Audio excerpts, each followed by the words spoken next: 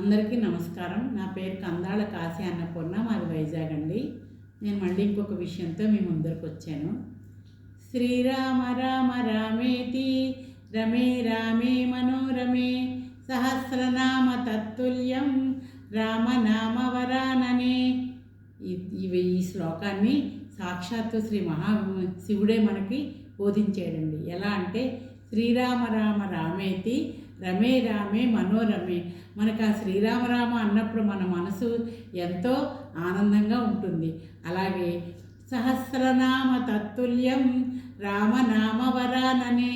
ఈ శ్రీరామరామ అన్నప్పుడు సహస్రం అంటే 1000 సార్లు రామరామ అన్నంత ఫలితం పుణ్యం మనకు లభిస్తుంది.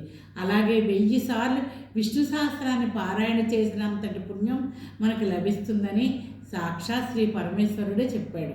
కనుక అందరూ గ్రహించి ఈ శ్రీరామ రామ రామేతి రమే రామే మనోరమే సహస్రనామ తత్తుల్యం రామనామ వరాననే అనేటువంటి శ్లోకాన్ని ప్రతిరోజు విష్ణు సహస్రం చదవడానికి మనకు సమయం లేనట్లయితే ఈ శ్లోకాన్ని రోజుకి 3 సార్లు చదువుకున్నా కూడా మనం 1000 సార్లు విష్ణు సహస్రనామాన్ని చదివినంత పుణ్యం లభిస్తుంది అని సాక్షాత్ పరమశివుడే చెప్పాడు. నమస్కారం అండి. మళ్ళీ ఇంకో విషయంతో కలుద్దాం.